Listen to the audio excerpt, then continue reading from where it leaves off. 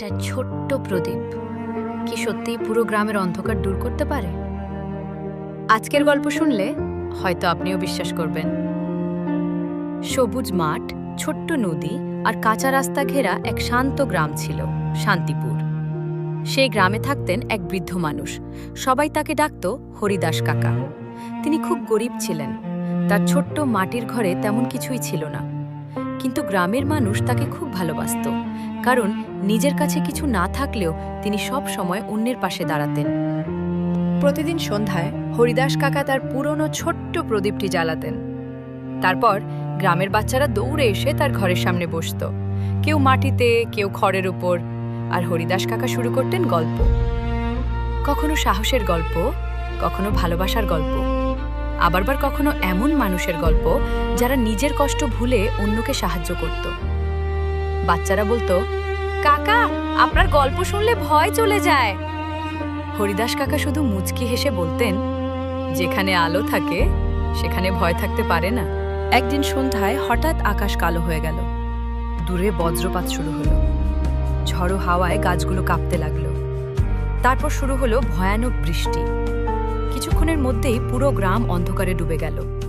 বিদ্যুৎ নেই, রাস্তা নেই, চারদিকে শুধু ঝড়ের শব্দ।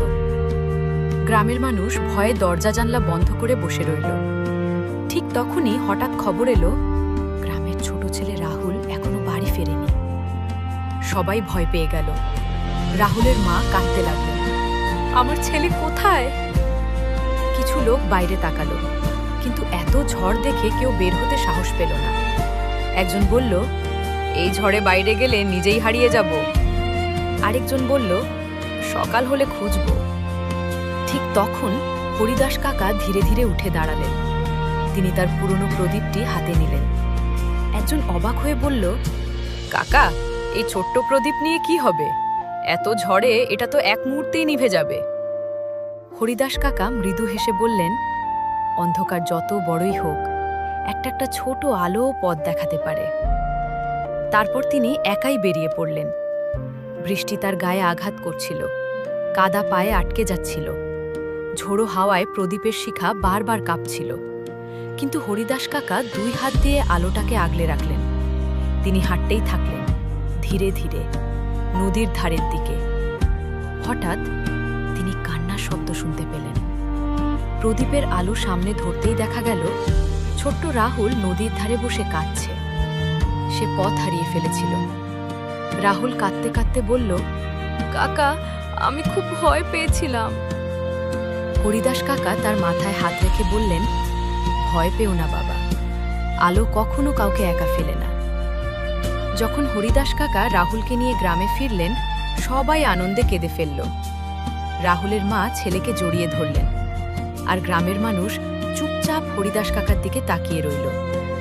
সেদিন তারা বুঝেছিল, সাহস মানে শক্তি নয়, সাহস মানে অন্যের জন্য আলো হয়ে দাঁড়ানো।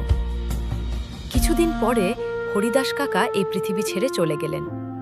কিন্তু শান্তিপুর গ্রামের মানুষ আজ, কারণ তারা বিশ্বাস করে একটি ছোট আলো পুরো অন্ধকার বদলে দিতে পারে। মানুষ শক্তি হলো সাহস, ভালোবাসা আর অন্যের পাশে দাঁড়ানোর মন। মজার ছোট বড় গল্প পাওয়ার জন্য চ্যানেলটি এখনই সাবস্ক্রাইব করুন।